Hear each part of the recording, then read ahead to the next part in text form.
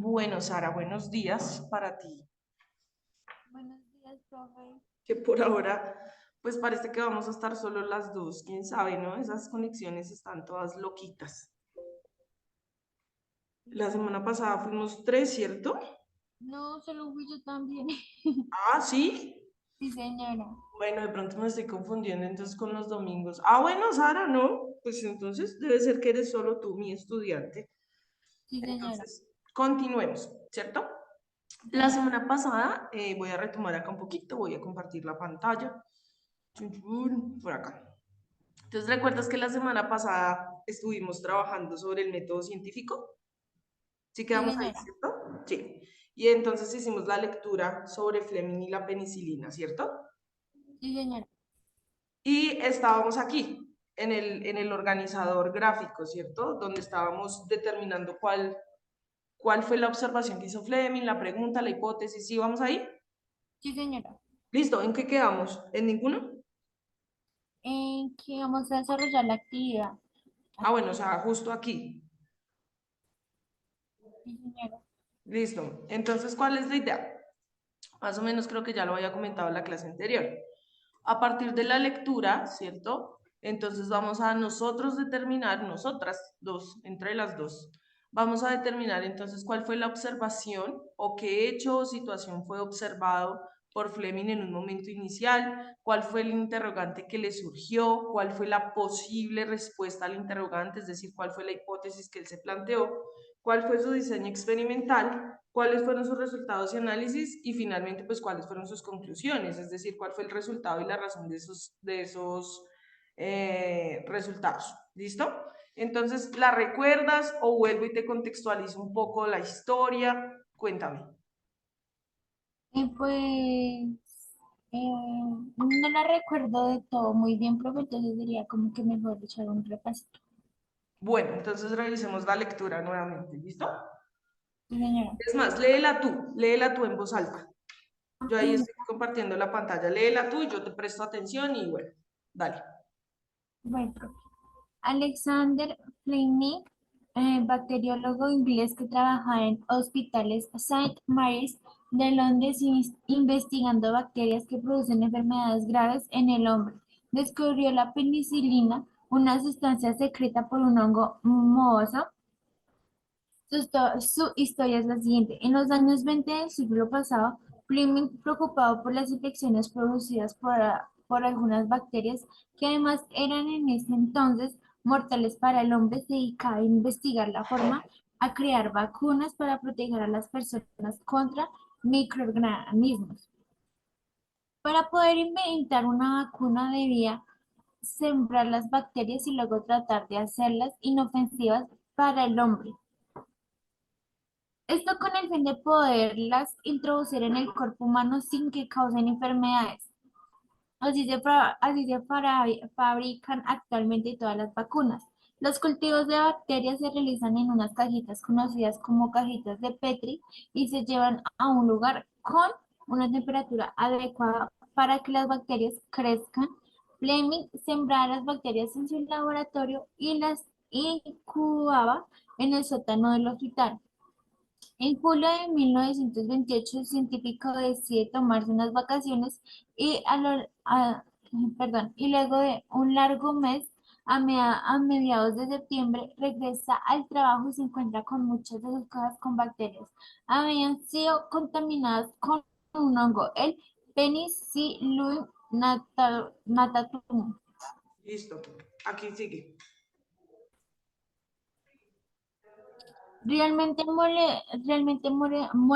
Molesto por el descuido de su ayudante, se dispone a lavar y esterilizar nuevamente las cajas, pero se da cuenta de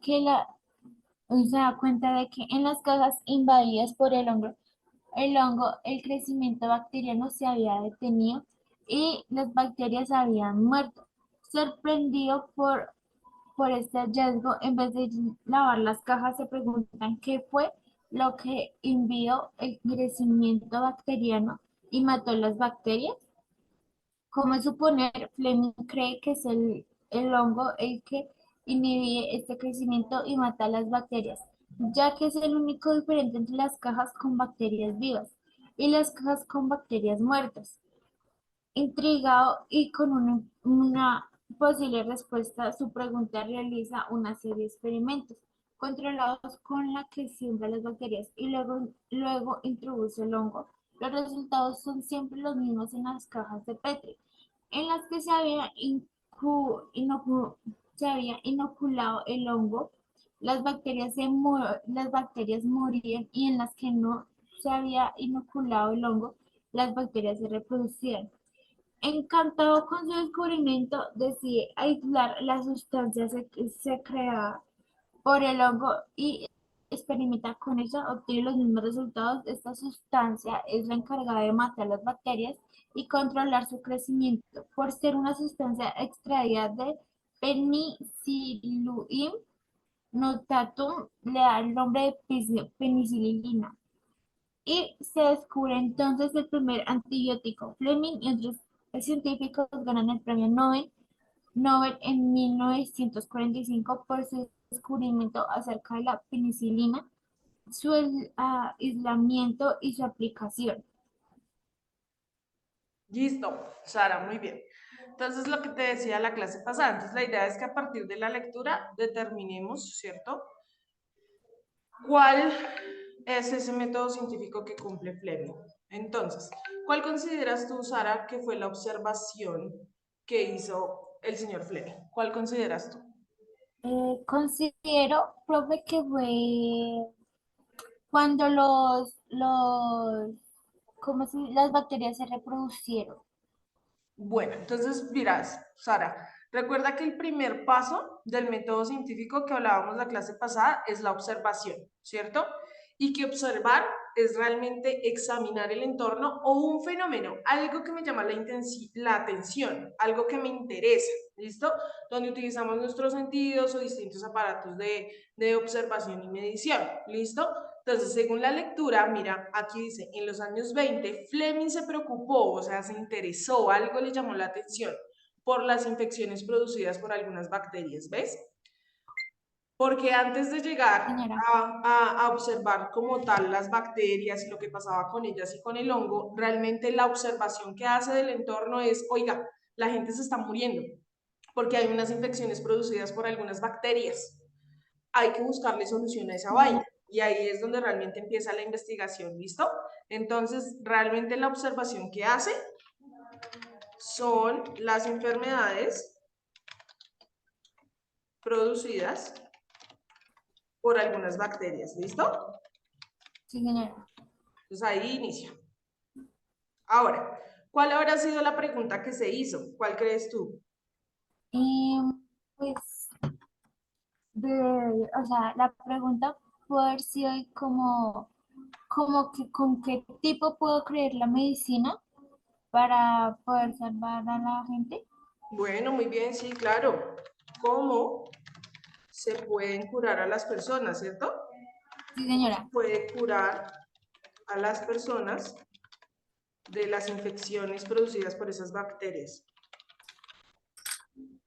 Producidas por algunas bacterias, ¿listo? Recordemos que son algunas las que son dañinas, no todas las bacterias son malas, hay unas que son súper importantes. Por eso nos venden el yogur con probióticos, o sea, con unas bacterias que entran en nuestro organismo y nos ayudan, ¿listo? Entonces, ¿cómo se puede curar a las personas? Acá me comí una S, a las personas de las infecciones producidas por algunas bacterias. Muy bien, entonces esa sería la pregunta. Ahora, ¿cuál fue su hipótesis? ¿Cuál fue su posible respuesta al interrogante? Mm, Quería, o sea, que había, o sea, ¿cómo decirlo? Que hacía falta o sea, que hacía falta ese medicamento como para poder ya dejar que, digamos, algunas personas se enfermaran. Sí, ¿y cómo era ese medicamento? ¿Realmente qué era? Era, eh, Era un hongo, ¿cierto? sí, señora. Entonces, el hongo puede inhibir el crecimiento. Perdón, acá. Entonces, el hongo puede inhibir el crecimiento o matar a las bacterias, ¿cierto? Esa es su posible hipótesis, luego de que efectivamente, pues obtiene un algo, ¿no? Ahí, Sí, casual. señora. Y entonces, ¿cuál fue el diseño experimental, el que hizo? El diseño experimental fue, o sea, fue conseguir el hongo y tenerlo ahí en unas cajas que por lo tal no, o sea, no, como que no estuvo de todo bien porque ya se creó, o sea, ya se contaminó, por decirlo así, pero se pudo crear la penicilina. Listo, bien. Entonces, ahí en el diseño experimental, pues sembró, ¿cierto? Sí, señora. Entonces, sembró bacterias con el hongo y bacterias sin el hongo, fue lo que hizo para poder comparar, ¿cierto? Sí, señora. Y entonces, ¿qué obtuvo?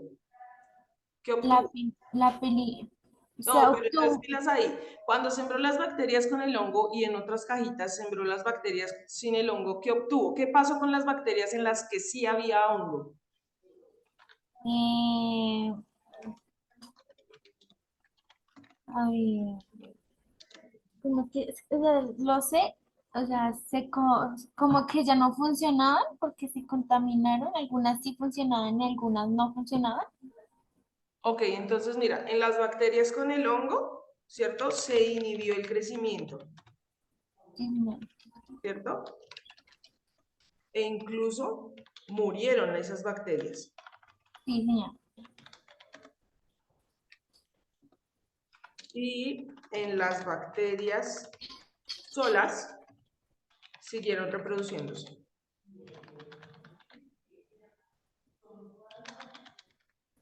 ¿Listo? Esos son los resultados que obtuvo realmente. Sí, señora. Entonces, en las bacterias con el hongo se inhibió el crecimiento e incluso murieron, y en las bacterias solas pues siguieron reproduciéndose. Ahora sí, ¿cuál fue su conclusión? Justo lo que me estabas mencionando, ¿cierto? Obtiene Sí, señora. la penicilina. Sí, El primer antibiótico. ¿Listo? Entonces, básicamente, ahí comprobamos que este señor sí cumplió con el método científico. ¿Listo? Hizo una observación de su entorno, se hizo una pregunta de acuerdo a esa observación que le preocupó y le interesó, propuso una hipótesis, ¿cierto? Una posible respuesta, comprobó esa hipótesis a través de un experimento, ¿cierto? Obtuvo unos resultados que pudo comparar y contrastar y finalmente obtiene un nuevo conocimiento, ¿listo? Un nuevo aporte a la sociedad, una nueva explicación, ¿listo? ¿Quedó claro? sí, sí, Listo, muy señora. bien. Entonces, mira, Sara, te cuento que aunque el método científico efectivamente ha funcionado demasiado, ¿cierto? Y sigue funcionando hoy en día, tanto que ya no solamente las ciencias naturales utilizan el método científico, las ciencias sociales, las ciencias humanas, las ciencias políticas, absolutamente todos esos se están basando también en el método científico. Entonces hacen una observación, plantean un problema, generan una posible solución, luego van y lo hacen, lo comprueban, ¿sí?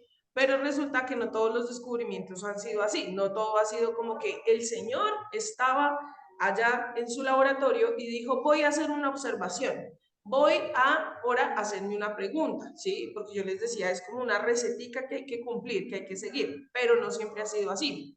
En la ciencia aparecen unos ejercicios importantes e interesantes y hasta chéveres que se conocen como serendipias, ¿listo? Una serendipia es un descubrimiento accidental en la ciencia. Entonces, había una persona que estaba buscando una cosa y encontró otra, o había una persona que no estaba buscando nada y de repente se la encontró, ¿listo? Entonces, claro, ahí uno diría, como tal no se sentó y dijo, voy a observar esto, y después voy a preguntarme esto, y después voy a generar una hipótesis. No hizo el paso a paso, hizo su descubrimiento, que uno luego empieza a organizar, ¿cierto? Efectivamente, el método científico es otra cosa. Por ejemplo, lo de Alexander Fleming y la penicilina realmente es una serendipia, pero cuando uno lo analiza, sí se cumple un método científico, pero no siempre los científicos se sientan y hacen así, sino que a veces los descubrimientos pueden ser mm, pueden ser accidentales, ¿listo? Entonces te voy a mostrar un videito con algunas serendipias importantes. Entonces préstale atención y ya lo vamos hablando, ¿bueno? Sí, señora.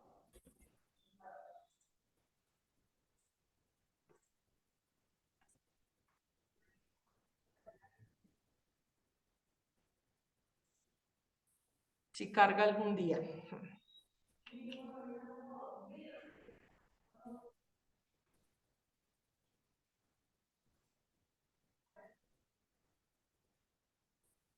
Se supone que los descubrimientos científicos son fruto de la aplicación rigurosa del método científico, pero muchas veces se hacen hallazgos sorprendentes por casualidad. A este fenómeno se le conoce como serendipia y en muchos países de habla española le llamamos chiripa. Te presentamos 8 chiripas de la ciencia. Cuando se busca una cosa y se encuentra otra que puede resultar mejor, se habla de serendipity, palabra que viene de un antiguo cuento llamado Los Tres Príncipes de Serendip, que es como los persas le llamaban a Sri Lanka. En el relato, los personajes hacen insospechados descubrimientos. Aquí van nuestras 8 serendipias favoritas. 1. A Arquímedes le encargaron saber si la corona del rey era de oro macizo. Claro que la pesó, pero para saber su densidad tenía que comparar el peso con el volumen. ¿Cómo medir el volumen de un objeto irregular? Cansado de pensar, se metió a la tina de baño y notó que el nivel de agua subía. El volumen de un objeto es igual al volumen del agua desplazada. Este fue el descubrimiento fortuito que le hizo exclamar ¡Eureka! O sea, lo encontré. 2. Entonces, ¿qué pasa acá con este primero? Voy a ir pausando en cada uno, ¿listo? Entonces, Sí, como señora. lo decía, como te lo decía y como lo decía el video, uno entonces empieza a creer que todo el conocimiento que se construya debe cumplir rigurosamente el método científico, pero no siempre es así, hay muchas cosas que pueden llegar a ser accidentales, ¿listo? Entonces, ¿qué pasa, por ejemplo, con esta primera serendipia? El señor Arquímedes le dice, oiga, venga, hágame el favor y me le determina el volumen a esto, pero resulta que es un objeto sólido y el volumen pues veníamos estudiándolo o en su época, en su momento, para los líquidos. Entonces este señor dice, hijo de madre, ahora yo cómo resuelvo eso. Y él ahí pues tratando de buscar la respuesta cuando dice la historia que un día este señor se iba a bañar, sí, se metió a la tina para bañarse. Cuando fue que notó que efectivamente cuando la tina estaba llena, ¿cierto? Y él metía su cuerpo a bañarse, había un desplazamiento de agua, ¿sí? Y hoy en día eso nos parece básico y normal, pero en su momento fue importante, porque entonces este señor dijo, claro, cuando yo tengo un líquido y meto un objeto sólido, voy a generar un desplazamiento del agua, y ese desplazamiento debe ser igual al espacio que ahora está ocupando el objeto sólido. Y entonces se postula el principio de Arquímedes, que todavía lo estudiamos en el colegio, todavía nos lo enseñan en física y en química también tiene una aplicación. ¿Listo? Entonces ese fue la primera serendipia o chiripa. Se dice chiripa porque es como que, uy, qué chiripazo, ¿no? Como que se lo encontró. Vamos a ver cuál es el segundo. A principios del siglo XX, Alexander Fleming cultivaba bacterias en cajas de Petri para estudiarlas. Vio que una de las cajas se había contaminado con un moho, similar al que le crece a la fruta cuando pasa mucho tiempo en el refrigerador. La iba a tirar cuando notó que las bacterias se habían destruido. Había descubierto un potente antibiótico, la penicilina. 3. Konstantin Fallberg era un químico que trabajaba con derivados del alquitrán en el laboratorio de Ira Ramsen. Se fue a su casa sin lavarse las manos, al parecer no era muy pulcro, y durante la comida, al chuparse los dedos, notó que sabían dulces. En sus manos había quedado una amida o sulfobenzoica a la que llamó sacarina, uno de los primeros edulcorantes sintéticos sin calorías. 4. Espera, es que no me detuve en el de Fleming, pues porque ya lo habíamos visto, ¿listo? Sí, Pero señora. es que también fue una serendipia, entonces Sí, claro, pues señora. los dejó ahí, se fue, y cuando volvió fue que pasó, y entonces ahí fue cuando hizo la observación, pero pues igual fue algo accidental, ¿listo? El tercero, que fue básicamente el primer edulcorante artificial, ¿cierto? Entonces, ¿sí viste lo que dice la historia? es un señor que estaba experimentando con alquitrán, que es un derivado del petróleo, y el man no se lavó las manos, y por no lavarse las manos se hace tremendo descubrimiento. Entonces no se lava las manos, se va para su casa, come y dice, uy, esta vaina, ¿será que esta vaina también sirve para producir otro tipo de cosas? Y además no es tóxico, ¿no? Porque pues tiene una transformación donde se puede llegar a consumir. Y hoy en día se utilizan muchos edulcorantes artificiales, todo eso que uno escucha de Splenda y bueno, la stevia sí es una planta, pero también tiene un proceso de refinación. Entonces son endulzantes artificiales y es decir que no solamente tiene que provenir, por ejemplo, el azúcar de la caña de azúcar, que es lo que normalmente uno más relaciona, ¿cierto? Entonces eso también vuelve la historia bien importante. Y ahora sí, en el 4, y sin calorías, ¿no? Que es algo que también le interesa mucho a las personas. De los primeros edulcorantes sintéticos sin calorías. 4.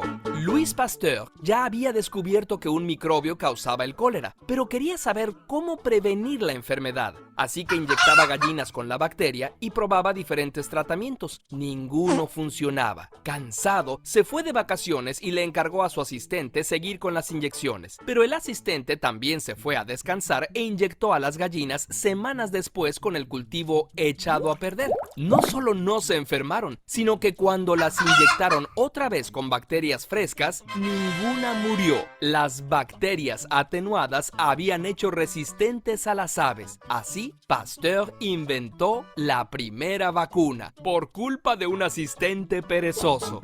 Y mira esta, ¿sí? La primera vacuna. Y así funcionan hoy en día las vacunas, ¿sí? Entonces, ¿qué pasó? Lo mismo, este señor se estaba experimentando ya en seres vivos, específicamente con las gallinas, y les estaba inyectando el virus como tal, ¿cierto? Pero había algo dentro de eso que les estaba inyectando que hacía que se estuvieran muriendo y muriendo. Lo mismo, se va de vacaciones, deja al ayudante a cargo, muy similar como a Fleming, ¿cierto? Y la mezcla que tenía que inyectarle, pues pasa varios días ahí. El asistente, en lugar de decir, pues voy a botar esta vaina, él se hizo el loco y dijo, pues sí, ya que tenemos las gallinas, igual se están muriendo, ¿sí? Y llega y las inyecta y sorprendentemente las gallinas no se mueren, sino que, ¿cierto? Se vuelven resistentes realmente a ese virus. Entonces, desde ahí conocemos el principio de una vacuna, es tomar el virus, hacerlo inofensivo, inyectárselo al paciente y ya cuando el paciente lo reconoce, pues su sistema inmunológico empieza a atacarlo, ¿cierto? Y es mucho más fácil defenderse. Así funcionan entonces las vacunas hoy en día. 5. La historia de las cerillas, fósforos o cerillos tiene muchos años y su origen está en la China antigua. Este invento ha tenido múltiples mejoras. Una de las más inusitadas fue cuando en 1827 el químico John Walker, intentando crear un nuevo explosivo, revolvía ingredientes con un palito. La mezcla se secó y se quedó pegada en el palo. Al rasparlo para intentar quitar la pasta, ¡fush!, se encendió. Había inventado los cerillos de fricción. Por cierto, eran sumamente peligrosos, apestosos y aún no contenían fósforo. ¿Listo? Y mira ese número 5 con el señor Walker. Hoy en día, pues, bueno, de pronto hoy en día es más fácil ver los briquettes, ¿no? Pero sabemos que los fósforos siguen funcionando y que es algo que se comercializa. Entonces, ¿cuál es el inicio de esos fósforos? Realmente él estaba, ¿cierto?, buscando pues un explosivo. Era lo que estaba buscando. Y simplemente estaba haciendo una mezcla y esa mezcla se quedó pegada y él dijo como, esta vaina, voy a limpiar este palito, ¿sí? Y cuando, ¡pum!, de repente, por fricción, se enciende, ¿cierto? Tocó obviamente empezar a hacerlo más controlado, porque si no, imagínate, cada vez que encendiéramos un fósforo, una explosión, pues sería terrible. Entonces, pero sí empieza a ser importante. Claro, uno puede hacer fuego por fricción, controlarlo, disminuyendo algunas cantidades pues de pólvora y demás, y pues se vuelve un invento súper importante en su momento, porque hasta después, ¿cierto? Hasta más adelante es donde salen los briquettes, que tienen otro funcionamiento también por fricción, pero con otro principio activo, con otro tipo de combustible, ¿no? Y obviamente pues se vuelve porque duran más que un fósforo, ¿no? Que uno lo quema y ya, pero también fue importante en su momento. 6. En los laboratorios 3M, Spencer Silver intentaba crear un adhesivo súper fuerte, pero lo único que consiguió fue crear un pegamento súper débil, que, aunque reusable, no servía para nada. Su colega, Art Fry, estaba cansado de que los papelitos que ponía como separadores en su libro de cantos religiosos se cayeran todo el tiempo. Cuando en una conferencia escuchó a Silver hablar de su invento inútil, se le prendió el foco y juntos inventaron lo que hoy conocemos como Post-its. 7. El caucho ya era usado por los indígenas Mira, mesoamericanos. el anterior, ¿cierto? Que fue entre, digamos, una colaboración. Entonces, uno que estaba buscando un pegamento muy fuerte y por el contrario se encontró un pegamento muy débil, ¿cierto? Y pues igual pues estaba compartiéndole a la comunidad científica, oiga, yo estaba buscando una vaina que pegara fuertemente, pero resulta que no. Pero pues digamos que encontré como en ese momento pues se puede asimilar como un colbón, ¿no? Un pegamento que es muy débil. Y entonces este otro señor dijo, oiga, yo necesito más o menos algo así, algo que me permita generar unos separadores y que las hojitas no se me caigan, sino que queden ahí pegaditas. Y claro, pues venga, inventémonos algo. Y surgen esos que nosotros llamamos como notitas, los post-its, ¿cierto? Que vienen con un pedacito de pegamento arriba y uno puede ir generando recordatorios. El tiempo, cuando en una conferencia juntos inventaron lo que hoy conocemos como Post-its. 7. El caucho ya era usado por los indígenas mesoamericanos para hacer pelotas o impermeabilizar canastos. En la era industrial se hacían muchos productos de hule, pero se deterioraban muy rápido por el calor y el frío. Una compañía contrató a un ingeniero para solucionar este problema, quien dedicó años a experimentar con diferentes químicos hasta que un día dejó un pedazo de hule tratado sobre la estufa y notó que, aunque se chamuscaba, no se degradaba. El ingeniero dedicó el resto de su vida a perfeccionar la vulcanización, con la que se crearon botas, salvavidas y neumáticos. Aunque nunca se hizo rico a causa de disputas por patentes, murió satisfecho de su aportación. El nombre del ingeniero, Charles Goodyear. ¿Te suena? ¿Listo? Entonces, mira, el número 7 es un proceso bien importante porque muchas de las cosas que nos rodean hoy en día precisamente están hechas de caucho, ¿no? Entonces ahí nos muestran algunos ejemplos, las llantas, y las llantas son importantes para los carros, para las bicis, para las motos, ¿cierto? Para un montón de medios de transporte, perdón. ¿Listo? También entonces en algunas prendas de vestir, en muchas cosas de nuestra cotidianidad, en juguetes y demás, ¿cierto? ¿Y qué pasó? Accidentalmente también, él estaba investigando sí, cómo hacer que el caucho, ¿cierto?, fuera más duradero, porque en su momento, pues, él tiene un origen natural, que era como venían trabajándole los indígenas, pero al calentarlo, pues, simplemente se deshacía y, pues, digamos que no duraba. Y hoy en día sabemos que hay muchas cosas de caucho que duran mucho más, ¿cierto? Se vuelven más resistentes, además son impermeables, resisten el agua y demás. Pero como lo descubrió accidentalmente, lo dejó ahí, se le olvidó al ladito como de la estufa, esa vaina se calentó y se dio cuenta que entonces no se degradaba, sino que lo podía moldear y hacer varias cosas. Entonces, ¿quién fue? Pues el señor Goodyear, que es muy conocido ese nombre, pues básicamente Goodyear de las llantas, Goodyear, ¿listo? Y el proceso se llama vulcanización. Y vamos a ver el último. 8. El magnetrón es un componente esencial para la producción de radares que se usaron mucho durante la Segunda Guerra Mundial. El ingeniero autodidacta Percy Spencer trabajaba en un radar encendido cuando notó que un chocolate que llevaba en la bolsa se había derretido. Procedió a modificar el magnetrón para crear el prototipo del horno de microondas. Por cierto, el primer alimento con el que experimentó fue, ¿adivinas? Palomitas de maíz. ¿Cómo te ¿Listo? Entonces, mira, este último, por ejemplo, ¿cierto? No solamente en la medicina, de pronto a nivel industrial, sino también de pronto algunas cosas que han facilitado la vida y la cotidianidad de las personas. Entonces, el invento del horno microondas, ¿cierto? Surge también de una manera accidental. Oiga, venga, como de ese aparato tan grande que era un satélite, ¿cierto? Pues yo puedo simplemente hacer algo más pequeñito a microescala, ¿cierto? Y va a cumplir una función y es poder coccionar o calentar, ¿cierto? Algunos alimentos o algunos elementos dentro de ese espacio.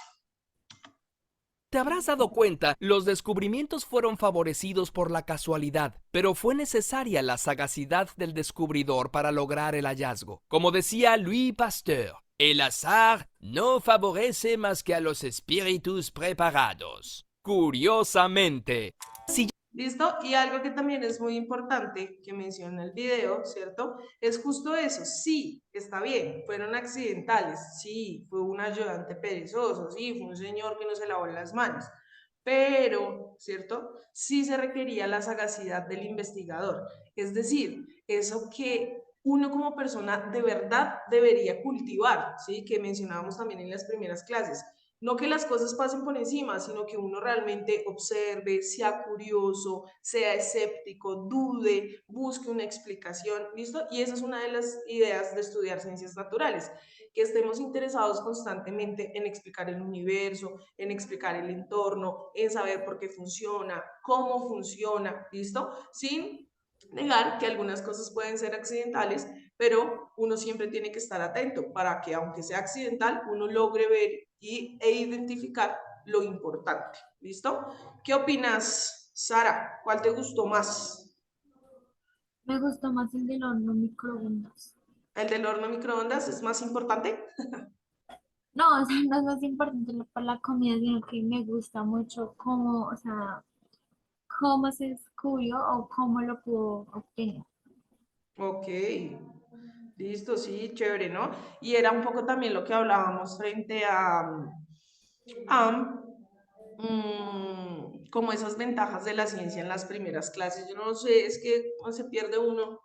No, es que no traje mi cuaderno de la asistencia, pero ya te tengo bien presente que eres entonces la única que se está conectando los sábados, pero lo habíamos hablado también en las primeras clases, ¿no? Cómo efectivamente la ciencia tiene unas ventajas que son importantes tener en cuenta. También tendrá sus desventajas, ¿cierto? Porque, por ejemplo, el proceso de la vulcanización y el hecho de que muchas cosas sean de caucho, pues también se han vuelto un rollo, porque desechar las llantas cuando ya no sirven, cuando ya no funcionan, pues es un problema, porque precisamente como están hechas de ese caucho tratado, no se degradan fácilmente, justo lo que él se dio cuenta que era una ventaja en su momento.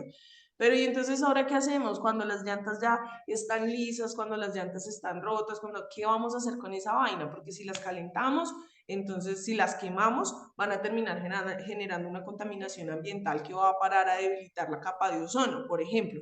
Entonces, ¿qué hacemos con esa vaina? Hoy en día pues se han buscado como mecanismos de reciclaje, ¿cierto? Para poder hacerlo. No sé si has visto que hacen ahora muchas cosas con esas llantas que ya no funcionan, que hacen Sí, como señora. banderas, dime. Sí, señora, sí he visto.